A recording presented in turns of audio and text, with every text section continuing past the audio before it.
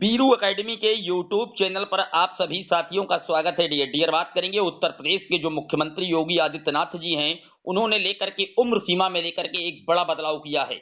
ये मामला हुआ है उत्तर प्रदेश की पुलिस भर्ती प्रोन्नत बोर्ड के द्वारा आदेशित किया गया है। 3 साल की जो उम्र है उसमें एक्सटेंड किया गया है। क्या ये आने वाली शिक्षक भर्तियों पर भी बदलाव होगा? क्योंकि इस तरीके से उत्तर प्रदेश में भी पिछले 6 साल से प्राथमिक स्तर की जो भर्तियां हैं नहीं आ पाई हैं। बात करेंगे बिहार में जो बीएड चयनितों का मामला है, जिनको हटाने का आदेश पटना हाई कोर्ट के द्वारा दिया गया है। वहां पर जो शिक्षक साथी भाई सेवाएं दे रहे हैं, उनका भविष्य क्या होगा, उस पर भी बात करेंगे। लेकिन आगे बढ़ने से पहले जितने लोग चैनल पर पहली बार विजिट कर रहे हैं, सब्सक्राइब करके बेल आइकन प्रेस कर लीजिए। डियर, आपकी स्क्रीन पर आप देख सकते हैं, यहाँ पर योगी आदित्यनाथ जी के द्वारा एक ट्वीट किया गया और बताया गया कि युवाओं के हित एवं उनके उज्जवल भविष्य के लिए आपकी सरकार पूरी तरीके से प्रतिबद्ध है। इसी क्रम में यूपी पुलिस में आरक्षी नागरिक पुलिस पद के भर्ती हेतु जारी प्रक्रिया में सभी वर्गों के अभ्यर्थियों के लिए उच्चतम आयु सीमा में 3 वर्ष की छूट देने का निर्णय लिया गया है। डियर, आप जानते हैं कि उत्तर प्रदेश में अभी हाल ही में 60,000 से ज्यादा पदों पर पुलिस की भर्ती आई हुई है, जिसके फॉर्म भी आप जानते हैं, सारी प्रक्रिया उसकी जारी कर दी गई है। यहाँ पर उसके बाद जब ये मामला चूंकि कोर्ट पर भी अभ्यर्थी इसको लेकर के गए थे, क्योंकि कोर्ट में एक मामला पहले से ऑलरेडी डिसाइड किया गया था कि 2017 के बाद प्रतिवर्ष भर्तियां आएंगी, लेकिन बीच में 3 साल का गैपिंग हुआ और उत्तर प्रदेश में पुलिस विभाग में कोई भर्ती नहीं की गई। इस मामले को माननीय कोर्ट की दहलीज पर कुछ अभ्यर्थियों की तरफ से ले जाया गया है। कोर्ट पर वहां पर याचिका डाल दी गई थी और शीतकालीन सत्र के बाद उसकी सुनवाई होना था, लेकिन उसके पहले ही माननीय मुख्यमंत्री जी ने ये एक, आप कहें कि युवाओं के हित में देखते हुए एक उचित कदम उठाया और 3 साल की जो स्टैंड है उम्र सीमा में, वो ऐलान कर दिया। यहाँ पर उसके जस्ट बाद आप देख सकते हैं उत्तर प्रदेश सरकार ने उत्तर प्रदेश पुलिस भर्ती एवं प्रोन्नति बोर्ड की तरफ से भी विज्ञप्ति जारी करके ये जानकारी दी गई कि 3 साल की जो उम्र सीमा की छूट है वो पुलिस विभाग में स्टैंड कर दी गई है। यानी कि अब जो ओवर एज वाले कैंडिडेट हो रहे थे, जो एक एक साल 2-2 साल से ओवर एज हो गए थे, वो पूरी तरीके से फॉर्म को फिल करेंगे।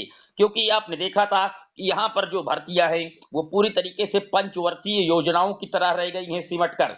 बात कर ली जाए, ऐसे ही उत्तर प्रदेश में पिछले 6 साल से बेसिक विभाग में कोई भर्ती नहीं की गई, तो क्या आगे शिक्षा विभाग में भी जब जगह आएगी तो वहां पर इसी तरीके से उम्र में छूट दी जाएगी 6 साल की? क्योंकि जो कैंडिडेट पिछले 6 साल से बीएड डीएलएड इत्यादि करके बैठा हुआ है और आज तक उसके लिए शिक्षा विभाग में कोई वैकेंसी नहीं निकाली गई माननीय मुख्यमंत्री योगी आदित्यनाथ जी के द्वारा, तो क्या आगे वहां पर भी 6 साल या 5 साल की उम्र सीमा में छूट दी जाएगी?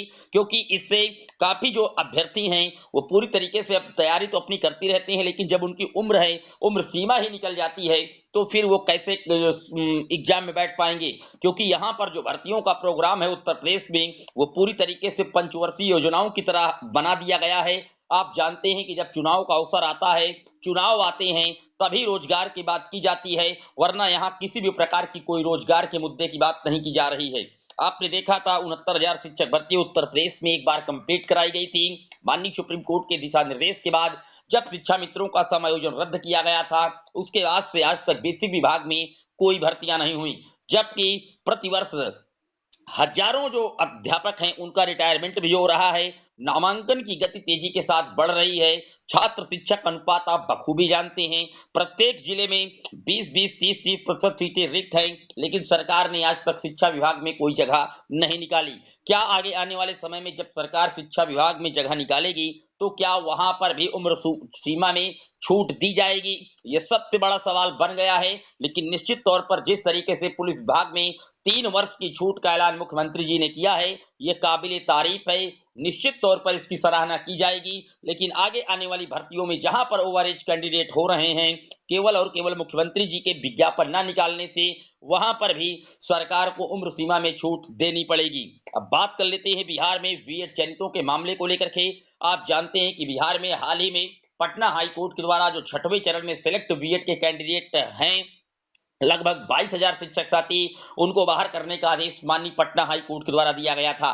तो अब कैंडिडेट वहां पर कमेंट कर रहे हैं कि सर क्या अब हम पूरी तरीके से सेवा से बाहर हो जाएंगे? देखिए डियर, मैं आपको बता दूं, अभी सरकार के पास एक विकल्प खुला है, पटना हाई कोर्ट का जो आदेश आया है उसको सुप्रीम कोर्ट में चैलेंज करने का। और निश्चित तौर पर जो बिहार सरकार है, वो अपने यहाँ जो राज्यकर्मी चयनित है, पिछले 2 साल से सेवाएं दे रहे हैं बिहार में, उनको बचाने के लिए अंतिम प्रयास जरूर करेगी। और वो सुप्रीम कोर्ट में जो याचिका है, पूरी तरीके से जो राय मशवरा है विधि विशेषज्ञों के साथ वो कर रही है, और जल्द ही मामले को माननीय सुप्रीम कोर्ट में याचिका दाखिल करने की तैयारी बिहार सरकार कर रही है। लेकिन उसके पहले ऑलरेडी बिहार में जो बीएड के चयनित शिक्षक साथी हैं, उन्होंने सुप्रीम कोर्ट में एक याचिका दाखिल कर दी है पटना हाई कोर्ट के जजमेंट के खिलाफ। हालांकि पटना हाई कोर्ट ने स्पष्ट तौर पर यह भी कहा कि हमारे हाथ अनुच्छेद 141 के तहत बंधे हुए हैं माननीय सुप्रीम कोर्ट के जजमेंट को लागू करवाने के लिए, इसलिए हम माननीय सुप्रीम कोर्ट का जो 11 अगस्त 2023 का जजमेंट आया है, उसी को एट इट लागू करने का जो आदेश है वो पारित करती हैं। तो अभी आप किसी भी प्रकार से हतोत्साहित न होइए जो बीएड के कैंडिडेट सिलेक्ट हैं, चयनित हैं, क्योंकि एक बार जॉब पाने के बाद काफी ज्यादा मशक्कत के बाद ही सेवा से मुक्त होना पड़ता है।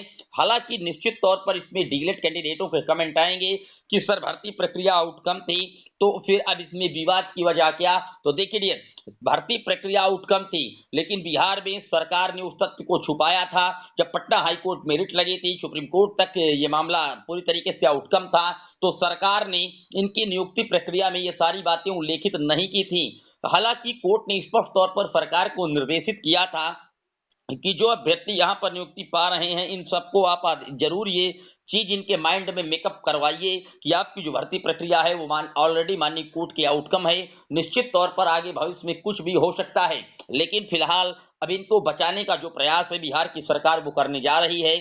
सेम पोजीशन आपने देखा था उत्तराखंड हाई कोर्ट के द्वारा भी बाहर करने का दिया गया है।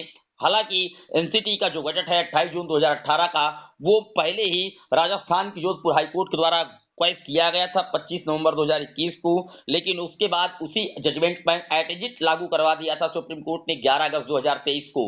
इसके लिए क्लैरिफाई याचिका भी लगी है, लेकिन क्लैरिफाई याचिका से जो भर्तियां आउटकम हैं उनका किसी भी प्रकार से कोई लेना देना नहीं है, क्योंकि जो भर्तियां ऑलरेडी माननीय सुप्रीम कोर्ट के आउटकम है, निश्चित तौर पर वो सारी भर्तियां पूरी तरीके से जजमेंट के जद में आ गई हैं।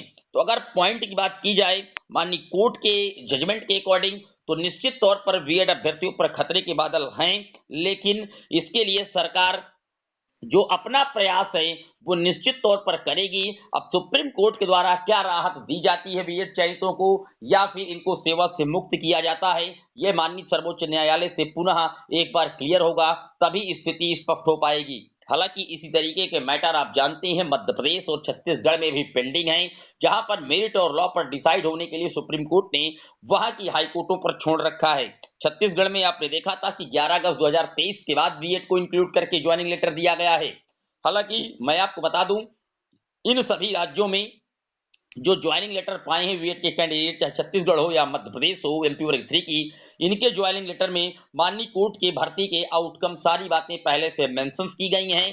तो निश्चित तौर पर अगर इन पर भी असर आता है, तो इन पर भी बीएड के जो कैंडिडेट हैं उनके खतरे के जो बादल हैं वो सेम पोजीशन दर्शा रहा है जैसे बिहार और उत्तराखंड में है, क्योंकि सिमिलर मैटर है। माननीय कोर्ट में पहले से भर्ती प्रक्रिया आउटकम थी, और जब 11 अगस्त 2023 का जजमेंट आया था तो ऑलरेडी मध्य प्रदेश की तरफ से बीएड की तरफ से जो एडवोकेट थे वो अपना पक्ष आइए दाखिल करके वहां पर रख चुके हैं। तो निश्चित तौर पर अब देखने वाली बात यह होगी कि क्या जो बीएड के चयनित शिक्षक साथी हैं इनको किसी भी प्रकार से कोई रिलीफ मिलने की संभावनाएं जो तलाशने का प्रयास वहां की राज्य सरकार कर रही है, क्या मिल भी पाएगी, या पूरी तरीके से इनसे जो सेवा मुक्त है वो ही करना पड़ेगा। फिलहाल इन राज्यों में जो डाटा है वो मांगा जा चुका है, शिक्षा विभाग के सभी पदाधिकारियों से डाटा कलेक्ट कराया जा रहा है, और ये सारी बातें माननीय सुप्रीम कोर्ट की दहलीज पर रखी जाएंगी। निश्चित तौर पर अब सब कुछ सुप्रीम कोर्ट से ही पूरी तरीके से तय होना है कि जो चयनित बीएड कैंडिडेटों को यहाँ की राज्य की हाई कोर्टों से बाहर करने का आदेश आया है 11 अगस्त 2023 के जजमेंट के अकॉर्डिंग, आखिर क्या किया जाए, इस पर जो स्थिति है पूरी तरीके से माननीय सर्वोच्च न्यायालय को ही क्लियर करना होगा, क्योंकि राज्य सरकार हाई कोर्ट के अगेंस्ट माननीय सुप्रीम कोर्ट में याचिका दाखिल करने जा रही है। उम्मीद करता हूं सारे डाउट क्लियर हुए होंगे। पूरी वीडियो को अंत तक जरूर वॉच किया कीजिएगा, पहली बार आए तो सब्सक्राइब कर लीजिएगा। फिर मिलेंगे एक और वीडियो में, तब तक के लिए जय हिंद जय भारत।